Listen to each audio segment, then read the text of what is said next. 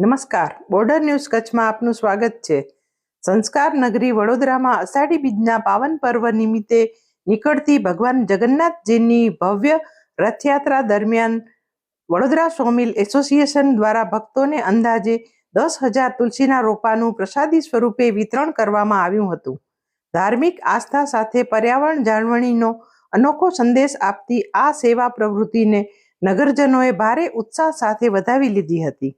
કચ્છી પાટીદાર ભાઈઓની બહુમતી ધરાવતા Vadodara sawmill association દ્વારા છેલ્લા 16 વર્ષથી આ ઉમદા સેવા કાર્ય સતત કરવામાં આવી રહ્યું છે. દર વર્ષે તુલસીના રોપા લેવા માટે ભક્તોની ભારે ભીડ ઉમટે છે. વડોદરાના નગરજનો તરફથી મળતા ઉત્સાહજનક પ્રતિસાદને ધ્યાનમાં રાખી આયોજકો દ્વારા દર વર્ષે તુલસીના રોપાની સંખ્યામાં વધારો કરવામાં આવે છે. આ પ્રસંગે વડોદરા સોમિલ એસોસિએશનના પ્રમુખ જગદીશ રત્નાણી, મંત્રી જયંતિભાઈ પારસિયા, ખજાનચી જીવરાજભાઈ પદમાણી, પ્લાન્ટેશન કમિટીના કિશોરભાઈ રત્નાણી અને વિનોદભાઈ વાસાણી સહિતના સભ્યો, મહિલાઓ તેમજ નાના ભૂલકાઓએ પણ ઉત્સાહભેર સેવા આપી હતી. હિન્દુ સંસ્કૃતિમાં તુલસીનો છોડ પવિત્ર માનવામાં આવે છે.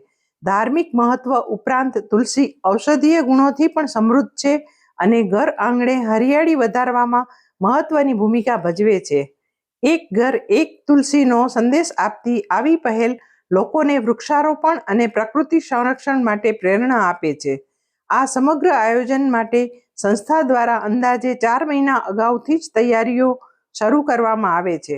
અષાઢી બીજના દિવસે સવારે વિથોણના ભાઈઓ દ્વારા ઉજવણીનો કાર્યક્રમ પૂર્ણ કર્યા બાદ બપોરે 2 થી 4 વાગ્યા દરમિયાન રથયાત્રામાં જોડાઈ ભક્તોને તુલસીના રોપાનું વિતરણ કરી સેવા યજ્ઞને સફળ બનાવવામાં આવે છે. ધાર્મિક શ્રદ્ધા, સામાજિક સેવા અને પર્યાવરણ સંરક્ષણનો સુંદર સમન્વય દર્શાવતી વડોદરા સોમિલ એસોસિએશનની આ પહેલ અનેક સંસ્થાઓ માટે પ્રેરણારૂપ બની છે. આ વિડીયો લાઈક કરવા અને શેર કરવા વિનંતી છે.